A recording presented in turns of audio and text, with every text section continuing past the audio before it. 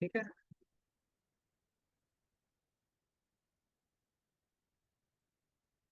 Okay, ठीक है, Govind Basu, thank you.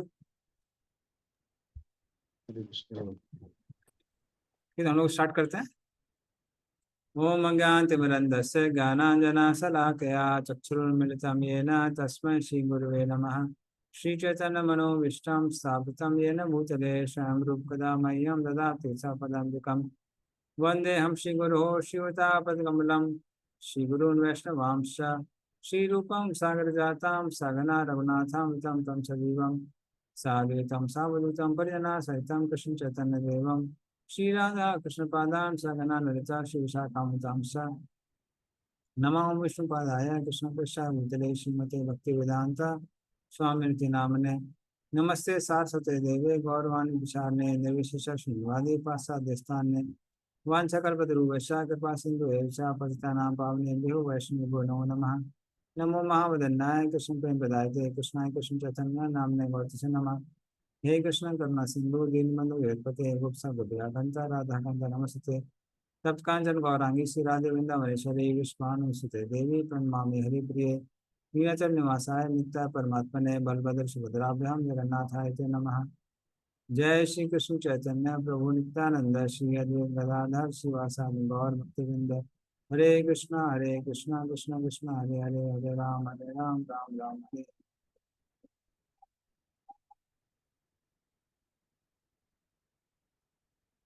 हरे कृष्ण। तो हम लोग भगवत गीता स्टार्ट करने जा रहे हैं आज। वो अटेंडेंस वाला नॉर्म वॉर्म बता दीजिए सबको। हाँ, अटेंडेंस वाला नॉर्म ये है कि 70% क्लासेस पे एटलीस्ट आपको फिजिकली प्रेजेंट होना होगा with camera on. With camera on. प्रभु जी क्योंकि को अगर सबका कैमरा कैमरा दिख ऑन, रहा है। कैमरा ऑन नहीं दिखाई देगा विल बी मार्क्ड तो एब्सेंट। फिर आपकी अटेंडेंस काउंट नहीं होगी।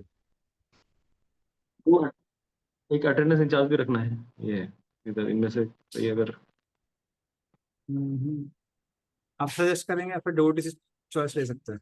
इधर राधाकांत मनोहर प्रो है, वो कर सकते हैं, नहीं तो अजय मोदी प्रो अगर वो नहीं है तो ये दोनों डिवोटी में से, या राजेश प्रो अगर कभी नहीं है तो, अगर कोई इन दोनों में से भी कोई नहीं है तो बट कैमरा ऑन और वो सब भी देखना पड़ेगा कोई लोगों को, हम्म, फिजिकली प्रेजेंट नहीं रहना वो है।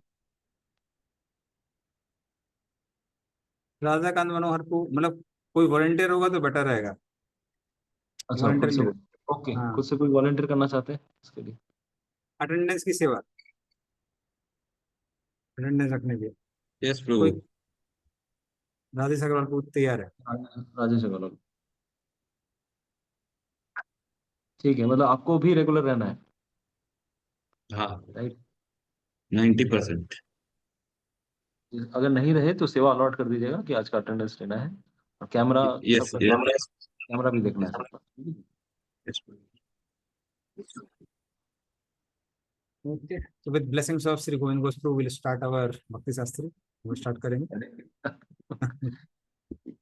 चलिए, डन।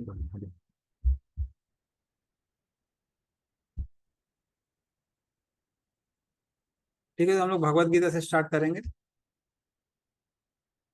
कोई पढ़ सकता है इसका कोड, तो पता कोड।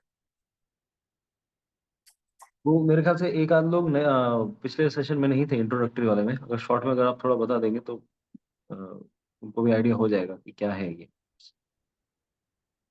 ठीक है, जस्ट छोटा सा। तो हमारा भक्ति शास्त्री कोर्स, ये 4 बुक्स हम लोग कवर करेंगे। भगवत गीता, ईशोपनिषद, उपदेशामृत, भक्ति रसामृत सिंधु। ये 4 बुक्स हम कवर करने वाले हैं।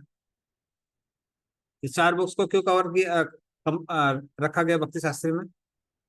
क्योंकि ईशोपनिषद उपनिषद है जिसको सब लोग एक्सेप्ट करते हैं, इंक्लूडिंग शंकराइट्स, सब लोग एक्सेप्ट करते हैं, तो ईशोपनिषद है इसलिए। जहां तक गौड़ीय वैष्णव आते हैं, हाँ, तो उससे कनेक्ट करता है। फिर आता है हमारा भगवत गीता। तो जो भी वैष्णव लोग हैं वो सब भगवत गीता को एक्सेप्ट करते हैं, बल्कि शंकराइट्स भी एक्सेप्ट करते हैं। फिर क्योंकि हम लोग गौड़ीय वैष्णव हैं, और गौड़ीय वैष्णव के जो हमारे सबसे ज्यादा अग्रणी आचार्य हैं वो है रूप गोस्वामी। और इसलिए हम लोगों को रूपानुगा भी कहा जाता है, हम रूप गोस्वामी के फॉलोअर है। तो उन्होंने जो भी शास्त्रों की टीचिंग्स हैं, उन सब का जो निचोड़ है, सार है, वो 2 बुक्स में लिखा हुआ है, भक्ति रसामृत सिंधु और उपदेशामृत। तो वो भी हम लोग कवर करेंगे। फिर भक्ति शास्त्री कोर्स में पहली बात तो अटेंडेंस, एटलीस्ट 70% अटेंडेंस होनी चाहिए। और जो आप क्लास अटेंड नहीं कर पा रहे इन केस, उसकी फिर रिकॉर्डिंग सुन सकते हैं आप, ये कंप्लीट करना है। दूसरा इंपॉर्टेंट चीज है क्लोज बुक एग्जाम। तो वो स्टूडेंट स्टूडेंट हैंडबुक शायद मैंने ऑलरेडी भेज दी है, नहीं भेजी होगी तो अभी भेज सकते हैं। तो उसमें कुछ क्लोज बुक क्वेश्चन दिए हुए हैं, उनके ऊपर एग्जाम्स होंगे, हर यूनिट के बाद उसके ऊपर एग्जाम होंगे।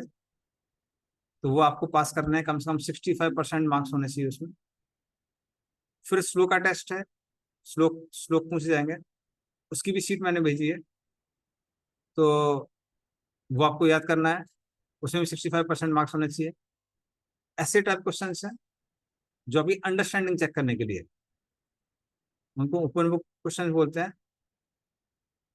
तो जैसे एक यूनिट स्टार्ट होगी, उसकी 4-5 क्लासेस के अंदर मैं आपको बता दूंगा कौन कौन से क्वेश्चंस का आपको ऐसे लिखना है।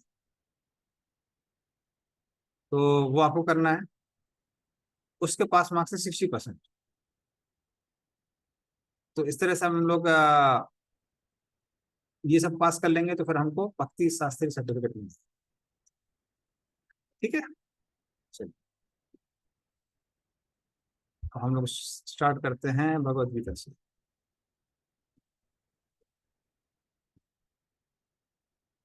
कोई पढ़ सकते हैं इसको? हाँ, राजेश अग्रवाल को पढ़िए।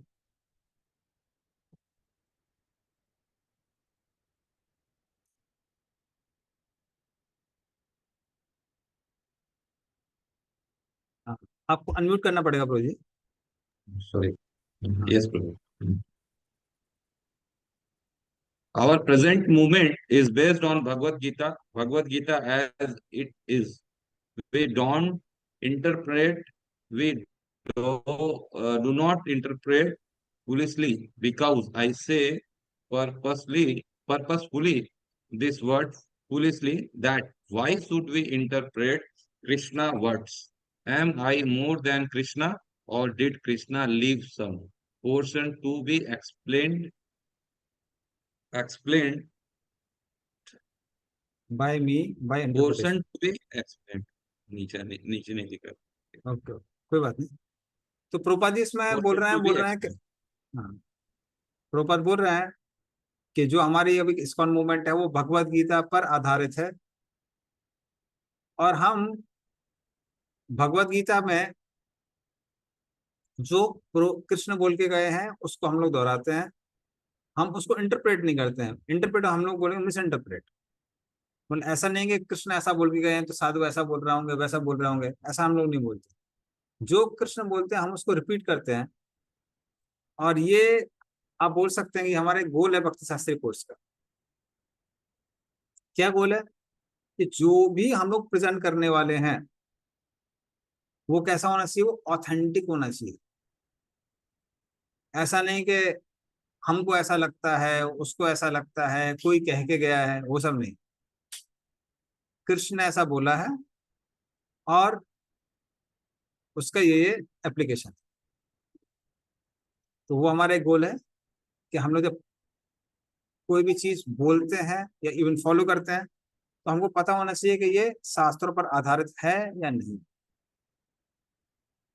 तो वो प्रभुपाद का गोल था। श्री प्रभुपाद की जय। अब हम भगवत गीता पर आते हैं।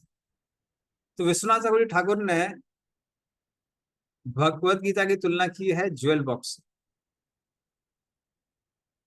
तो ज्वेल बॉक्स, हाँ, तो ज्वेल को हम लोग जनरली क्या करते हैं, बॉक्स में रखते हैं। बॉक्स में क्यों रखते हैं? तो 2 गोल हैं बॉक्स में रखने के। एक गोल होता है कि हम ज्वेल को सुरक्षित रखना चाहते हैं। दूसरा, हम जब बॉक्स में रखते हैं तो ज्वेल और भी ज्यादा सुंदर दिखाई देती है। उसी तरह से भगवत गीता को भी डिवाइड किया गया है। तो जो पहले 6 चैप्टर हैं उनकी तुलना की गई है बॉक्स के नीचे के ढक्कन से। ये जो पहले 6 चैप्टर हैं ये मुख्यतः कर्मयोग और छठवां चैप्टर अष्टांग योग इसके बारे में बताता है।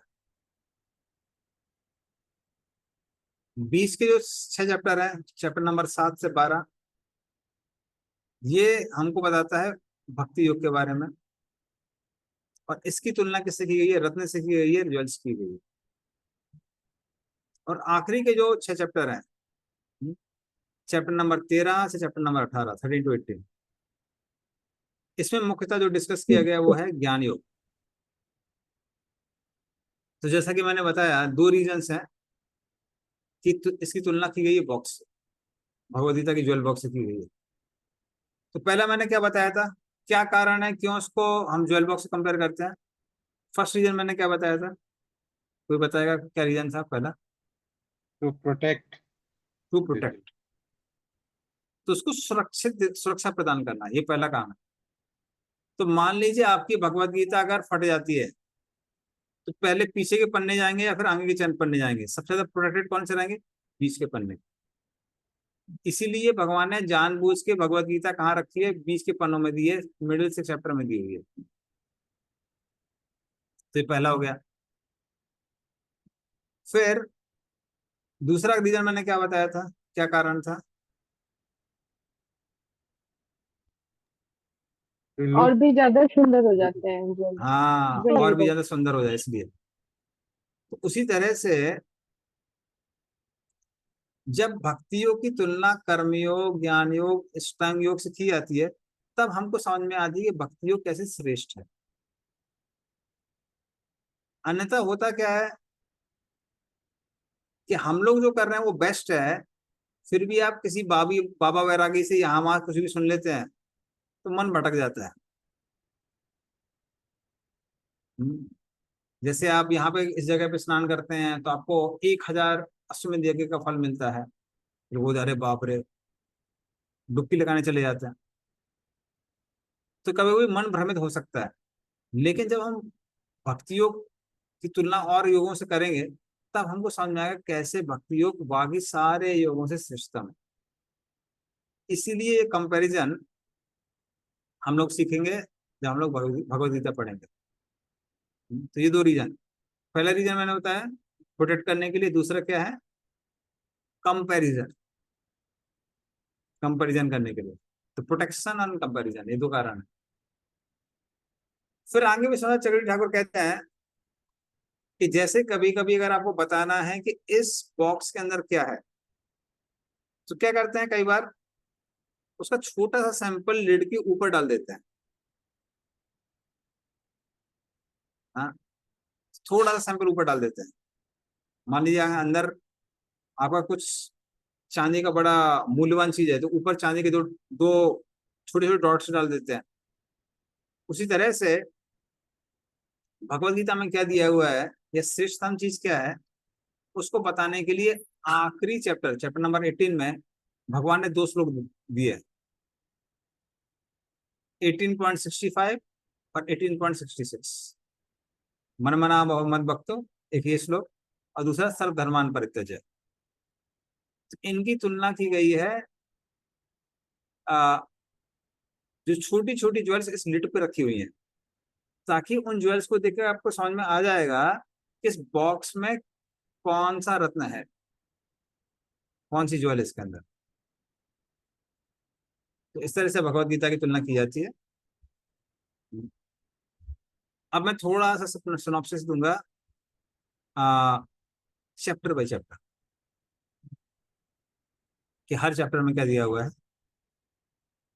तो जो चैप्टर नंबर 1 है हमारा, उसमें जनरली बैकग्राउंड डिस्कस किया हुआ है, किन परिस्थितियों में भगवत गीता बोली गई। खैर हालांकि हम उसका और भी पहले का बैकग्राउंड डिस्कस करेंगे, लेकिन पहले मैं सिनॉप्सिस दे देता हूँ। तो पहला चैप्टर क्या है? Background setting. कौन कौन से पात्र हैं भगवत गीता, क्या परिस्थितियां थी जिसमें भगवत गीता बोली गई, तो ये सारी सारी चीजें चैप्टर नंबर 1 में डिस्कस होती है।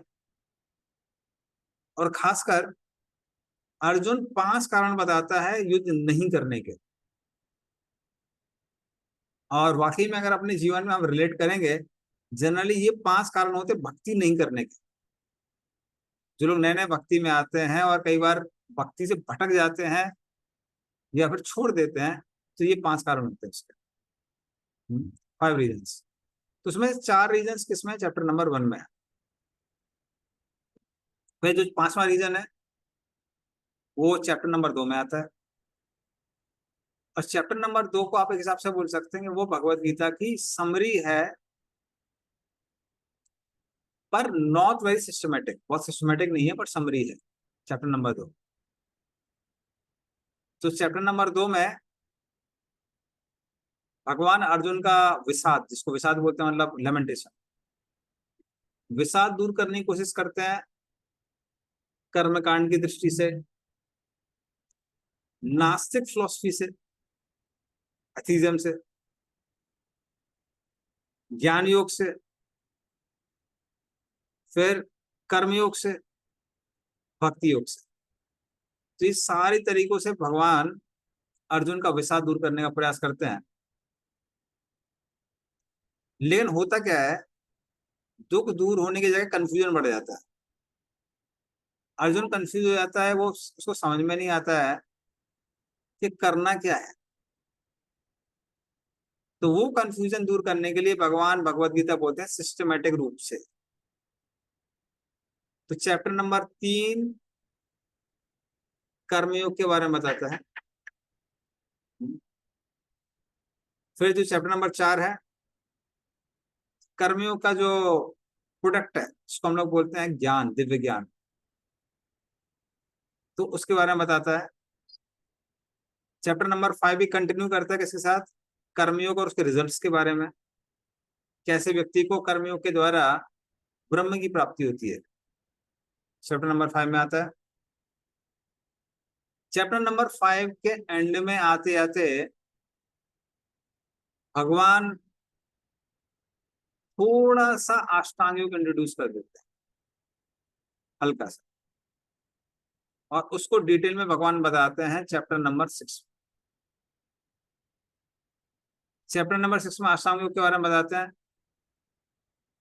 और वो इसलिए बताते हैं क्योंकि भगवान अर्जुन को कहते हैं अगर आपको करना है तो बाद में अष्टांग योग करिए, पर ज्ञान योग नहीं करिए। उसके रीजंस हैं, खैर वो हम लोग बाद में भी डिस्कस कर सकते हैं। जैसे जनरली उद्धव को भगवान कहते हैं कि आप ज्ञान योग कर सकते हैं, उसके लिए एंकरेज करते हैं, और अर्जुन को कहते हैं ज्ञान योग नहीं करना है। कारण ये है कि अर्जुन अभी युद्ध करने वाला है, उद्धव जी ऑलरेडी रिटायर हो चुके हैं, तो उनको भगवान को बद्रिकाश्रम भेजना था। तो इस तरह से अलग अलग लोगों के अलग रिकमेंडेशन होता है। तो भगवान कहते हैं कि तुमको करना भी है तो पहले निष्काम कर्म योग करो और बाद में अष्टांग योग करो। अष्टांग योग का जो डिटेल है भगवान चैप्टर नंबर 6 में देते हैं। चैप्टर नंबर 6 के एंड में भगवान पूरी हायरार्की बताते हैं, कहते हैं कर्मयोग से बेहतर ज्ञान योग है, ज्ञान योग से बेहतर अष्टांग योग है। अर्जुन कहता है क्या अष्टांग योग बेस्ट है? कृष्ण कहते हैं नहीं, योगिनाम अपि सर्वेषां मद्गतेन अंतरात्मना श्रद्धावान भजते हुए माम समयुक्त तमो मतः। सारे योगियों में वो श्रेष्ठ है जो मेरी भक्ति करता है, युक्त है, मुझसे सबसे ज्यादा कनेक्टेड है। मद गतिन अंतरात्मना, जो मेरी आत्मा जैसा है, मेरी आत्मा से कनेक्टेड है। कौन? भक्त। श्रद्धावान भजते, जो श्रद्धा से मेरा भजन करता है, तो भक्त हुआ। तो उसमें भगवान बोलते हैं भक्त श्रेष्ठ है। इस तरह से चैप्टर नंबर 6 एंड होता है। फिर चैप्टर नंबर 7 स्टार्ट होता है भक्ति से। तो चैप्टर नंबर 7 में भगवान 6 तरह के भक्तों के बारे में बताते हैं, 6 टाइप्स। 3 तरह के कर्म मिश्र भक्त हैं, 1 तरह का ज्ञान मिश्र भक्त है, 4 हो गए। 5वां कौन है? 5वां शुद्ध भक्त है, उसके बारे में बताते हैं। और छठा ऐसा व्यक्ति है जिसको भक्त बोल सकते हैं और नहीं भी बोल सकते हैं। ये ऐसे लोग हैं जो भक्ति करते हैं ब्रह्म की प्राप्ति के लिए। तो आपको भारत में बहुत सारे लोग मिल जाएंगे जो आपको लगेगा कि वैष्णव है, बट वो वैष्णव नहीं है, वो ब्रह्म को प्राप्त करना चाहते हैं, इसके लिए भक्ति कर रहे हैं। जरा मरण मोक्षाय, इस तरह का श्लोक आता है।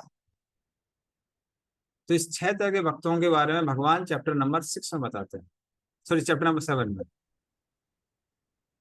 अब आता चैप्टर नंबर 8। चैप्टर नंबर 8 में भगवान बताते हैं योग मिश्र भक्त। एक ऐसा भक्त जो योग कर रहा है, पर किसके लिए कर रहा है? भगवान को प्राप्त करने के लिए। तो भक्ति में उसका ध्यान कम है, ज्यादा ध्यान किसमें है? योग साधना में। पर गोल वही है, क्या? भगवान को प्राप्त करना है। चैप्टर नंबर 6 में योगी था, चैप्टर नंबर 8 में योग मिश्र भक्त है। इसे हम डिटेल डिस्कस करेंगे, टेक्निकल बाद में करेंगे, ठीक है। तो चैप्टर नंबर 8 हो गया। अब चैप्टर नंबर 9 और चैप्टर नंबर 10, इसमें भगवान शुद्ध भक्ति की चर्चा करते हैं। ये दोनों चैप्टर बहुत इंपॉर्टेंट है। और साथ में क्या डिस्कस करते हैं भगवान? दास भक्ति के लिए जो भगवान की महानता हमको समझनी है, पता होना चाहिए ना कि हम किस मास्टर को सर्व कर रहे हैं, इतना बड़ा आदमी है। तो वो अपनी महानता भगवान बताते हैं चैप्टर नंबर खासकर 10 में। फिर अर्जुन के मन में आता है कि भगवान आपने जो बताया है हम उसको देखना चाहते हैं। तो वही भगवान दिखाते हैं चैप्टर नंबर 11 में विश्व रूप दर्शन के द्वारा। तो ये हो गया चैप्टर नंबर 11। फिर चैप्टर नंबर 12 में भगवान बताते हैं, फिर से बताते हैं कंपेयर करके, कि हर तरह के योगी में जो भक्त है वो कैसा है? श्रेष्ठतम है, बेस्ट है। और फिर शुद्ध भक्त के गुण बताने लगते हैं भगवान। तो शुद्ध भक्त के जो गुण हैं वो भगवान ने डिस्कस किए हैं चैप्टर नंबर 12 में। और इस तरह से भक्ति को एंड कर देते हैं चैप्टर नंबर 12 में। तो इस तरह से भगवान ने कंक्लूजन दे दिया है। तो भगवान ने बता दिया कैसे जो भक्ति है वो अंगूर के रस जैसी मीठी है, it is sweet like grape juice. लेकिन फिर भी कई लोग ऐसे होते हैं जो बोलते हैं हमको ग्रेप जूस नहीं चाहिए, हमको करेला जूस चाहिए, करेले का रस पीना है।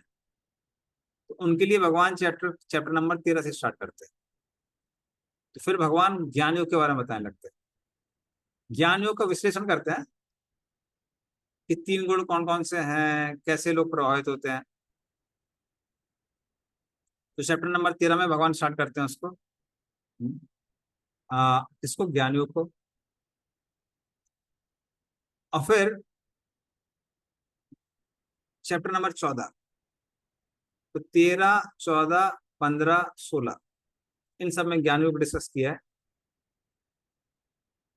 तो चैप्टर नंबर 14 और फिर 15,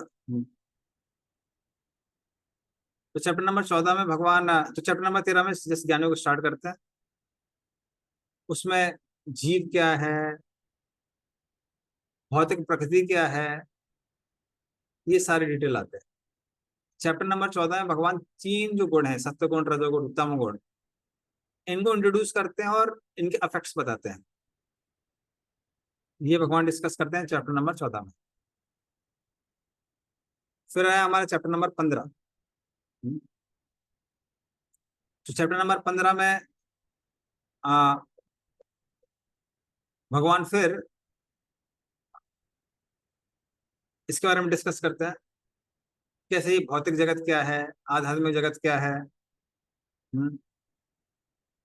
इन दोनों की तुलना करते हैं भौतिक जगत, आध्यात्मिक जगत की, कैसे हम आध्यात्मिक जगत को प्राप्त कर सकते हैं। और खासकर भगवान बताते हैं, जिसको बोलते हैं पुरुषोत्तम योग, इसके बारे में डिस्कस करते हैं चैप्टर नंबर 15 में। फिर आया हमारा चैप्टर नंबर 16।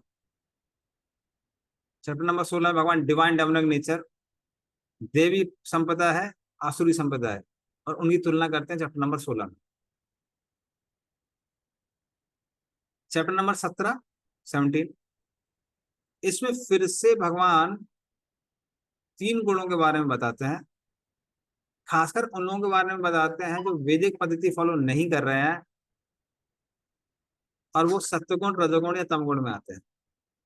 तो फिर से 3 गुणों का विश्लेषण बहुत डिटेल में दिया है भगवान ने चैप्टर नंबर 17 में। और चैप्टर नंबर 18 समरी आ जाता है। जस्ट 1 मिनट रुकिए, कुछ जरूरी कॉल आ रहा है। जो हमारा 18 नंबर चैप्टर है वो पूरा समरी है।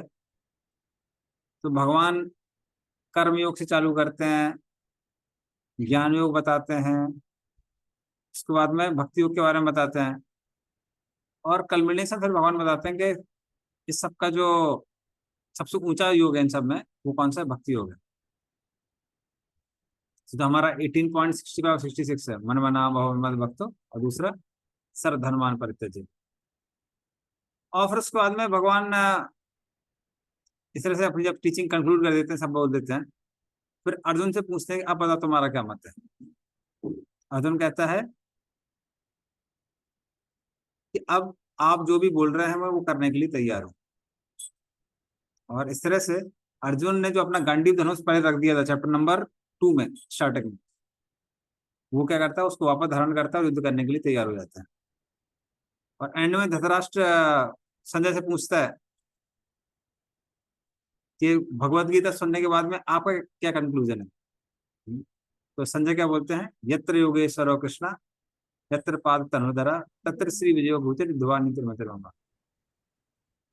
तो जहाँ गांडीवधारी अर्जुन है, जहाँ परम पुरुषोत्तम भगवान कृष्ण है, वहीं पे श्री है, विजय है, विभूति है। इसका मतलब विजय किसकी होने वाली है? पांडवों की ही होने वाली है। और इस तरह से भगवत गीता एंड हुई। तो ये पूरी सिनॉप्सिस है हमारी भगवत गीता की, चैप्टर बाय चैप्टर। ओके, तो हम लोग क्या करते हैं,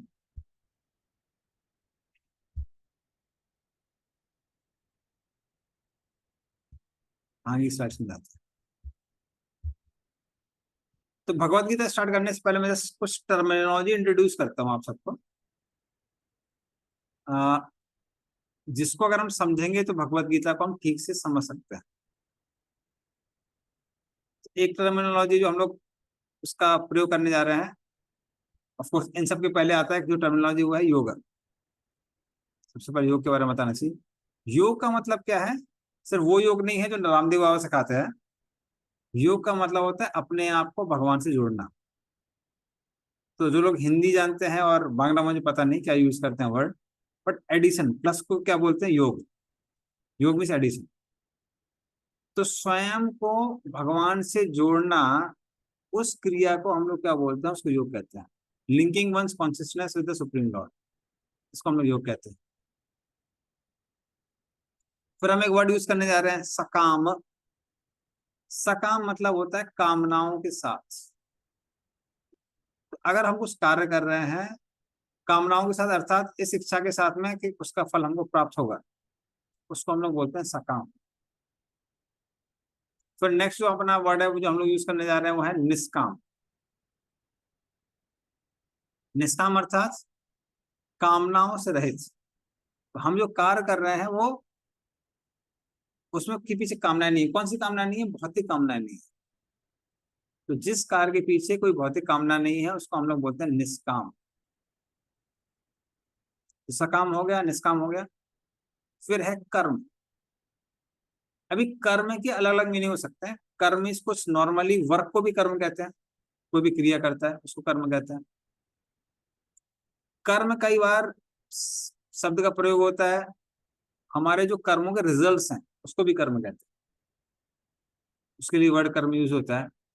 बट इन जनरल जो हम लोग स्पेसिफिकल टर्मिनोलॉजी यहाँ पे यूज करेंगे, उसका ज्यादातर जगह मीनिंग होने वाला है वर्णाश्रम धर्म का पालन।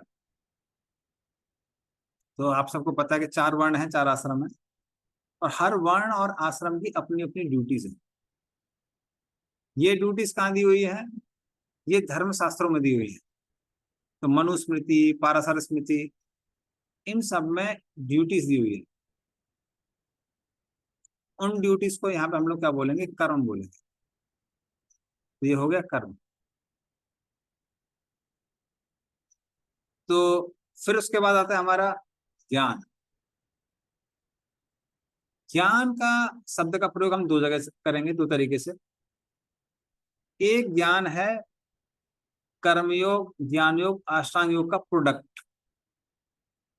तो वहां जब हम ज्ञान शब्द का प्रयोग करते हैं, उस ज्ञान का मतलब है दिव्य ज्ञान, ट्रांसेंडेंटल नॉलेज। तो जब भी कोई व्यक्ति कर्मयोग करता है, ज्ञान योग करता है, अष्टांग योग करता है, कोई भी भक्ति योग भी करता है, तो हृदय में एक दिव्य ज्ञान आता है। वो दिव्य ज्ञान हमको शारीरिक चेतना से ऊपर उठा के लेके जाता है। तो उसके लिए शब्द का प्रयोग क्या करेंगे हम लोग? ज्ञान। दूसरा ज्ञान शब्द का यूसेज कहाँ आता है? वो आता है ज्ञान योग के लिए, जिसमें हम लोग क्रिया में आएंगे, फंक्शनैलिटी। उसको भी हम लोग क्या बोलते हैं? ज्ञान योग। तो वो एक ज्ञान क्या हो जाएगी? क्रिया। वो ज्ञान क्रिया क्या है? उस ज्ञान की क्रिया में व्यक्ति आ, ब्रह्मचर्य का पालन करता है, सत्य को धारण करता है, ये समझने की कोशिश करता है 24 तत्व कौन कौन से हैं, 24 एलिमेंट्स, और कैसे हम लोग जो आत्मा है वो 24 तत्वों से अलग है। इसके ऊपर व्यक्ति क्या करता है? ध्यान करता है, कंटेम्पलेशन करता है। उस प्रोसेस को भी हम लोग क्या बोलते हैं? ज्ञान योग। तो वो ज्ञान आ जाएगा। तो ज्ञान हमने 2 तरीके से बताया। एक है ज्ञान प्रोडक्ट। किसका प्रोडक्ट है? कर्मयोग, ज्ञान योग, अष्टांग योग इत्यादि करने से जो दिव्य ज्ञान हृदय में आता है उसको भी ज्ञान कहते हैं। दूसरा ज्ञान क्रिया के रूप में आता है, प्रैक्टिस। वो 24 तत्वों का विश्लेषण करना, ये ध्यान करना कि हम शरीर नहीं आत्मा है, उसको हम लोग ज्ञान योग कहते हैं। तो प्रोसेस में आ जाता है। इस तरह से ज्ञान के 2 यूसेज होंगे। फिर भक्ति। भक्ति क्या है? भक्ति भी क्रिया है जिसके द्वारा हम अपने आप से भगवान का जो संबंध है, जो हमारा, उस संबंध को हम रिवाइव करते हैं। उसको हम लोग भक्ति कहते हैं। ठीक है। तो इस तरह से ये टर्मिनोलॉजी होगी: सकाम, निष्काम, कर्म, योग, ज्ञान, भक्ति। ओके। अब इसको कंबाइन करके कोई बता सकता है कि सकाम कर्म योग का मतलब क्या होगा? तो हैंड रेज करिए जो बताना चाहता है सकाम कर्म योग। तो तीनों डेफिनेशन हम कंबाइन करनी है। हाँ, राजेश अग्रवाल को बोलिए। तो वो सकाम कर्म योग हुआ कि जो भी हम कर्म कर रहे हैं वो मतलब उसमें हम चाह रहे हैं कि उसका जो रिजल्ट है उसको हम इंजॉय करें। एग्जाम्पल के लिए अगर मैं मेहनत कर रहा हूँ, ऑफिस जा रहा हूँ, तो उसका जो सैलरी मिल रहा है मैं उससे मतलब इंजॉय करूँ, अपने इंद्रियों को तुष्टि करूँ। ओके। एक चीज आप भूल गए हैं, सकाम कर्म योग। अच्छा, योग।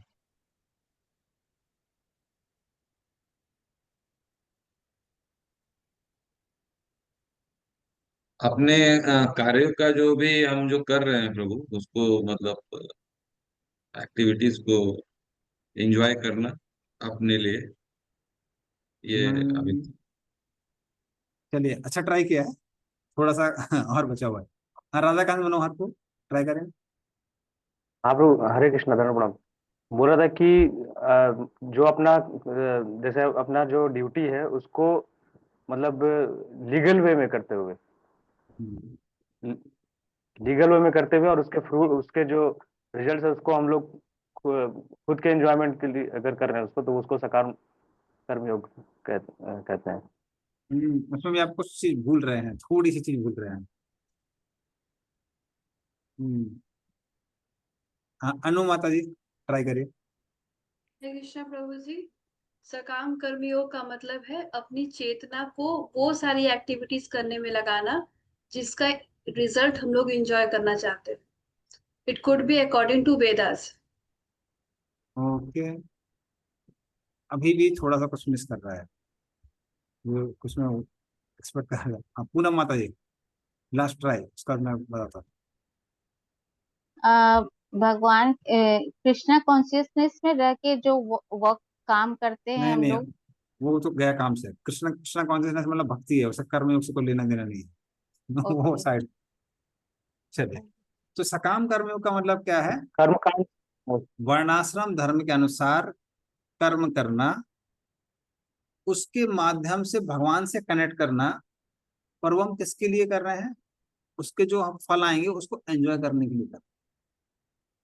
तो आप लोग जो मिस कर रहे थे तो योगा, क्योंकि अगर मान लीजिए हम कोई कर्म कर रहे हैं और भगवान से कनेक्ट नहीं कर पा रहे हैं तो फिर उसको हम लोग योग नहीं कहते। जैसे कई बार लोग, खासकर भारत में धारणा क्या है, कई लोग बोलते हैं कर्म ही पूजा है, गांधी जी बोल के गए हैं।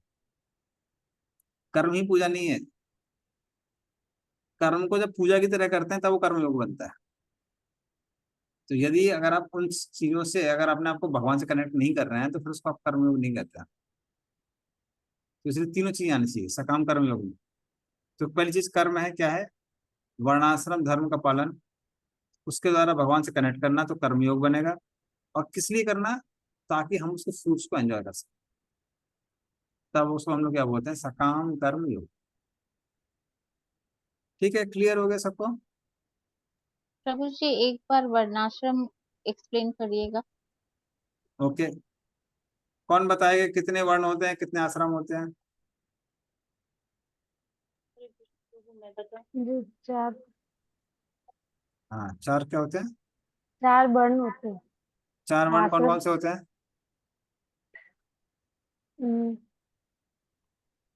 22 नहीं बता,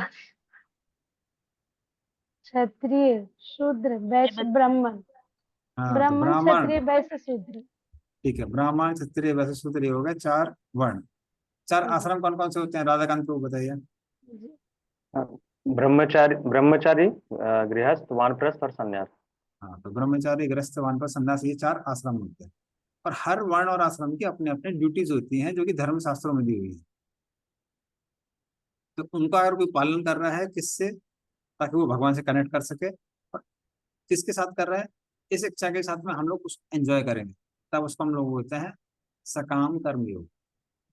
ठीक है। और आगे हम डिटेल देखेंगे। ये कर्मकांड से कुछ आचार्य लोग उसको गलत देखते हैं और कुछ अलग नहीं देखते हैं, क्योंकि जो देवी देवताओं की पूजा है जनरली वो कर्मकांड में आती है। लेकिन जब कोई कार्य किसके लिए किया जाता है? उस भगवान के लिए किया जाता है, एक भगवान के लिए, तब हम उसको कर्म योग कहते हैं, तब उसको कर्मकांड नहीं कहते हैं। तो दोनों में अंतर है, सकाम कर्म योग में और कर्मकांड। ठीक है, तो ये हो गया सकाम कर्म योग। अब कोई बता सकता है, कोई अटेम्प्ट करेगा निष्काम कर्म योग? हरे कृष्ण प्रभु, मैं बताऊं? बताइए मणि। हरे कृष्ण प्रभु, एक्चुअली जो काम हम करते हैं भगवान को अर्पण करते हैं। पूरा काम जो भी कर रहे हैं, पूरा काम भगवान के चरण में हम अर्पण करके करते हैं, जो उनको भी याद कर रहे करके हैं, जो भी कर रहे हैं या फिर कुछ और कर रहे हैं? नहीं, जो भी मतलब जैसे भगवान का सेवा हुआ, या फिर अर्निंग करने के लिए कर रहे हैं, पढ़ाई करने के लिए कर रहे हैं, जॉब करने के लिए नहीं कर रहे नहीं नहीं नहीं, हैं। मतलब वो नहीं, वो मिक्स हो गया आपका। भगवान की सेवा के लिए कर रहे हैं फिर वो भक्ति योग में आ जाता है, उसको हटा दीजिए अभी। उसका रिजल्ट हम नहीं एक्सपेक्ट कर रहे हैं। हाँ ठीक है, पर वो भक्ति योग में आ जाएगा, फिर वो उसमें नहीं आएगा। अमृत लीला माता जी ट्राई करिए। हरे कृष्ण प्रभु जी, दंडवत प्रणाम। निष्काम कर्म योग से तात्पर्य है कि जो भी कर्म हम कर रहे हैं अपने जैसे हम स्टूडेंट पढ़ाई कर रहा है बट वो dedicated to the higher, the lord, should be dedicated to the lord. हमें उसके फ्रूटिव एक्टिविटीज अपने लिए नहीं रखना है कि उससे हमें दुख वगैरह हो, तो वो भक्ति योग में आ जाएगा। नहीं, आप कुछ देखो, पहली चीज मैंने क्या बोला? वर्णाश्रम ड्यूटी। फर्स्ट चीज, कर्म से मतलब क्या है? वर्णाश्रम ड्यूटी। दूसरा योग मतलब उस वर्णाश्रम ड्यूटी द्वारा भगवान से कनेक्ट करना। फिर आएगा निष्काम, जब हम वो कर रहे हैं, भगवान से कनेक्ट कर रहे हैं, पर उसके फल की इच्छा नहीं कर रहे हैं, तब वो क्या बनेगा? निष्काम कर्म योग। निष्काम कर्म। ठीक है, ठीक। चलिए अभी अनु माता जी बताएंगे ज्ञान योग। ज्ञान योग की क्या डेफिनेशन होगी? वर्णाश्रम धर्म की पालन करते हुए वैदिक स्क्रिप्चर्स को पढ़ना, निष्काम कर्म योग। नहीं, मैं ज्ञान योग क्या पूछ रहा हूँ? ज्ञान योग। ज्ञान,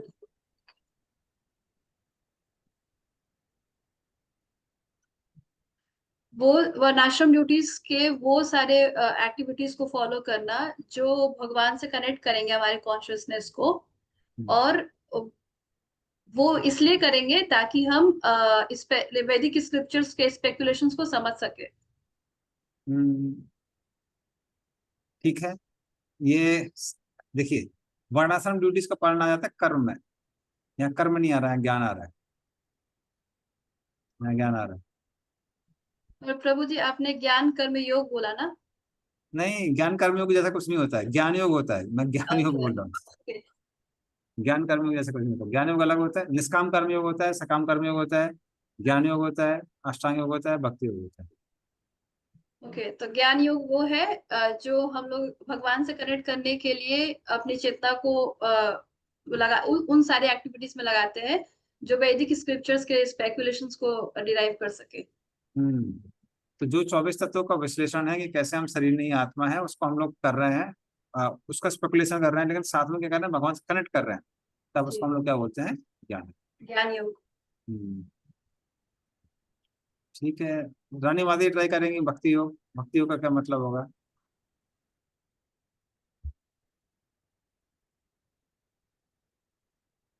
ओ, हाथ पीछे ले लिया क्या? ठीक है, ठीक।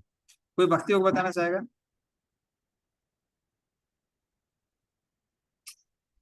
हरे कृष्णा प्रभु। हाँ। भक्ति योग होता है कि हम कोई भी एक्टिविटीज जब कर रहे हैं तो उसमें हम मतलब वो भगवान को डेडिकेट करके, जैसे अगर मैं जॉब कर रही हूँ, जैसे अगर हम जॉब कर रहे हैं तो हमारी चेतना ये नहीं है कि जॉब से जो सैलरी आएगा उससे हम इंजॉय करेंगे या अपनी सेंसेस को ग्रेटिफाई करेंगे। उसका ये था कि मैं जॉब करूंगी तो जो सैलरी आएगा उससे मैं भगवान की सेवा कर सकती हूँ और अपनी फैमिली को पालन पोषण, जो मेरा ड्यूटीज भी है वो भी कर रही हूँ, तो इसलिए ताकि वो अच्छे से भक्ति कर पाए। ठीक है, आपने कर्म योग को मतलब कैसे हम क्रियाओं को भगवान की सेवा में लगाते हैं वो आपने बता दिया है, लेकिन मैं एग्जैक्ट डेफिनेशन पूछ रहा हूँ जो स्क्रीन पे दिख रहा है उसके अनुसार। आपने गलत नहीं बोला, आपने सही बोला, लेकिन मैं जो स्क्रीन में दिख रहा हूँ मैं वो पूछना चाहता हूँ। रूमा माता जी अभी तो उन्होंने ट्राई नहीं किया, उसका सर राजेश को। हरे कृष्ण प्रभु जी, धन्यवाद प्रणाम। भक्ति योग भगवान से हमारा क्या संबंध है इसको समझना ही भक्ति योग है। भगवान से हमारा संबंध समझना, ओके। वो जो प्रोसेस है, मतलब एक प्रोसेस के थ्रू भगवान से हमारा क्या संबंध है, ये जानना भक्ति योग। नहीं, मात्र जानना नहीं है, उसको फॉलो भी करना प्रभु जी, लाइक उस पाथ पे चलना, उस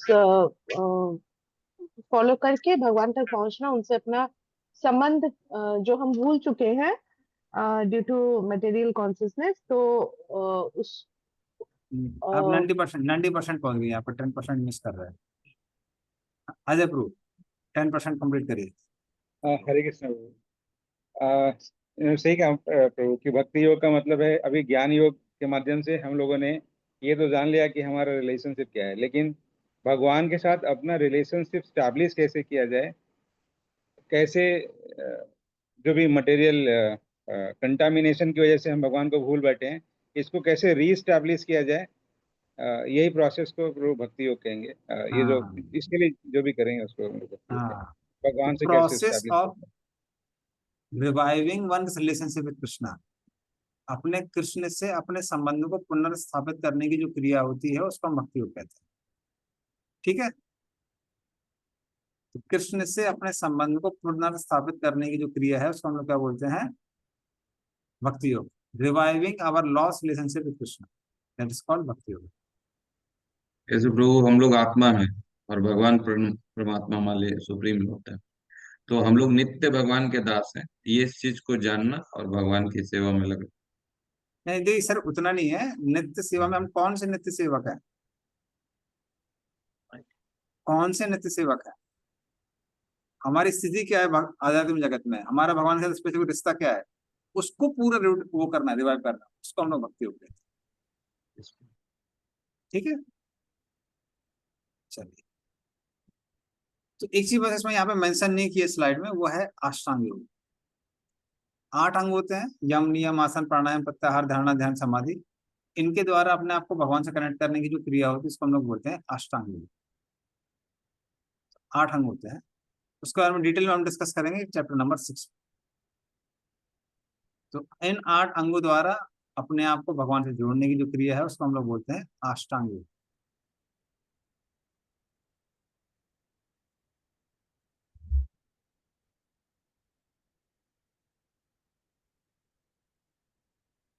हाँ, राधाकांत को पूछिए क्वेश्चन। हाँ, तो बोल रहा था कि जैसे अष्टांग योग में जैसा बोले भगवान से जोड़ने का, तो उसमें भगवान वही श्री कृष्ण है ना, या कोई निराकार, या कुछ और? नहीं, वो डिटेल हम डिस्कस अष्टांग योग करेंगे। के जनरली जो लोग इसके द्वारा निराकार ब्रह्म को प्राप्त करने जाते हैं उसको हम अष्टांग योगी कहते हैं।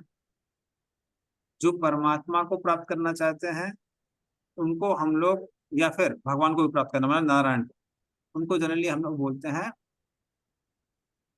योग मिश्र भक्त। योग मिश्र भक्त कहते हैं। बट इन जनरल जो हम अष्टांग योगी बोलते हैं मतलब वो ब्रह्म की प्राप्त चाहते हैं, उनको हम अष्टांग योगी बोलते हैं। अच्छा, तो मुझे ठीक है, मतलब अष्टांग योग के थ्रू हम लोग कृष्ण को प्राप्त नहीं कर सकते, अष्टांग योग के थ्रू नहीं प्राप्त कृष्ण कर को सकते प्राप्त नहीं कृष्ण कर को, सकते हैं। कृष्ण को प्राप्त करने के लिए शुद्ध भक्ति चाहिए। भक्ति चाहिए, शुद्ध भक्ति नहीं ओके, चाहिए, शुद्ध भक्ति चाहिए। शुद्ध शुद्ध भक्ति भक्ति चाहिए, नहीं करें, हाँ, वो हम लोग डिस्कस करेंगे बाद में। बिना शुद्ध ओके भक्ति ओके। कोई कृष्ण को प्राप्त नहीं कर सकता है। कोई मिश्रण नहीं होना चाहिए। हाँ, रूमा माता जी। प्रभु जी, कर्म कांड के जो आपने डेफिनेशन दिया एक बार और प्लीज बता दीजिए, समझ नहीं कर्मकांड आया। और सकाम कर्मयोग थोड़ा डिफरेंशिएट करेंगे। एनीवे, तो सकाम कर्मयोग क्या है? सकाम कर्मयोग में जो सेंटर है वो भगवान है, परम पुरुषोत्तम भगवान।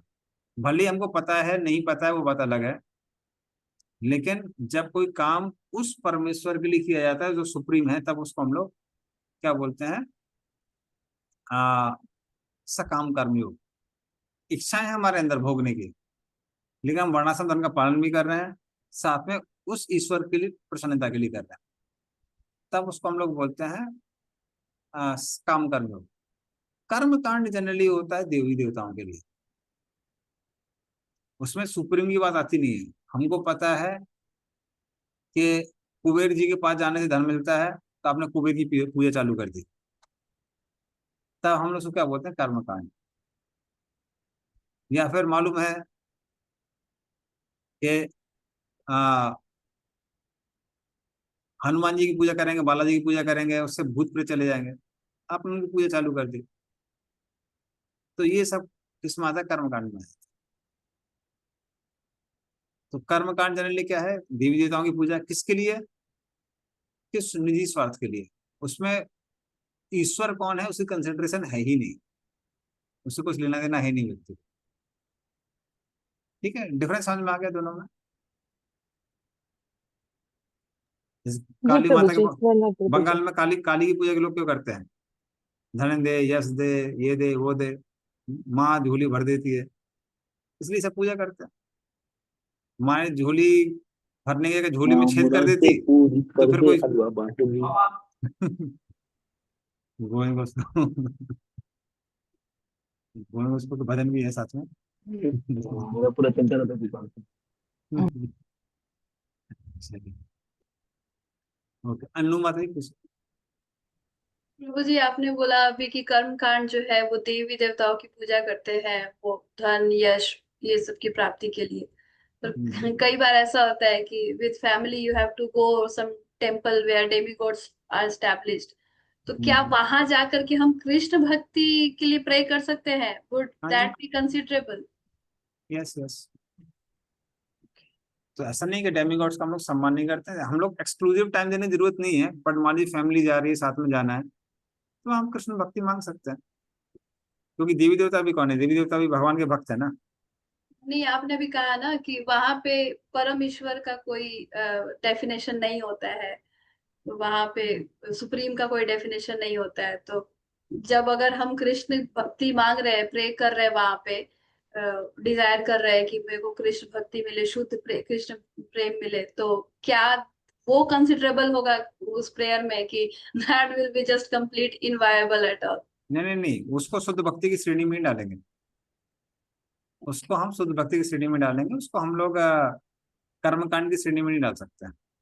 So when your goal is clear, आपको क्या चाहिए और वही आप मांगते हैं, तो फिर वो शुद्ध भक्ति श्रेणी में आता है। जैसे ध्रुव महाराज के साथ में जब सामने कुबेर आए, कुबेर ने पूछा कि आपको क्या चाहिए, तो उन्होंने बोला कि हमारी भक्ति में कोई विघ्न ना आए। तो जो भगवान हमारे हृदय हृदय विद्यमान है, जिनसे मैं प्रेम करता हूँ, उनकी भक्ति में कोई विघ्न नहीं आना चाहिए, तो वो शुद्ध भक्ति की श्रेणी में आता है, फिर वो कर्मकांड की श्रेणी में नहीं आता। अभी जनरली लोग कुबेर के पास जाते हैं पैसा मांगने के लिए, और ध्रुव महाराज ऐसा कुछ मांगे ही नहीं उनसे।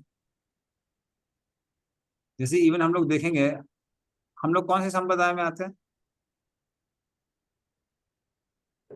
गौड़ीय संप्रदाय। ब्रह्म गौड़ीय संप्रदाय। ये हाँ, ब्रह्म। ब्रह्म संप्रदाय में आते हैं हम लोग। अब हम ब्रह्मा जी की उपासना करते हैं, और हिरण्यकशिपु ने ब्रह्मा जी की उपासना की, दोनों में कोई अंतर है कि नहीं है? जी है। हाँ, तो हिरण्यकशिपु ने वो की शक्ति प्राप्त करने के लिए, इसलिए वो कर्मकांड की श्रेणी में आता है। हम लोग ब्रह्मा जी को उपासना करते हैं एज ए गुरु, कि हमारे संप्रदाय गुरु हैं और ये हमको भगवान विष्णु की शरण में आश्रय देंगे, तो फिर वो कर्मकांड में नहीं आता, वो शुद्ध भक्ति में आता है। ठीक है, आई होप डिफरेंस समझ में आ गया। ओके, और कोई क्वेश्चन? तो अगर कोई क्वेश्चन नहीं है तो फिर अभी हम लोग एंड करेंगे। नेक्स्ट क्लास से हम लोग बैकग्राउंड डिस्कशन करेंगे, भगवद गीता कैसे स्टार्ट हुई, किन परिस्थिति में स्टार्ट हुई, और सीधे श्लोक नंबर 1 पे जाएंगे। ओके, चलिए। श्रीमद् भगवद गीता की जय। जय श्री गोपाल की जय। जय। वांछाकल्पतरुभ्यश्च कृपा सिंधुभ्यश्च पतितानां पावनेभ्यो वैष्णवेभ्यो श्री गोपाल की जय। जय। Thank you so much. Hare Krishna प्रभु, दंडवत प्रणाम। हरे हरे कृष्णा प्रभु दंडवत हरे प्रणाम। कृष्ण प्रभु,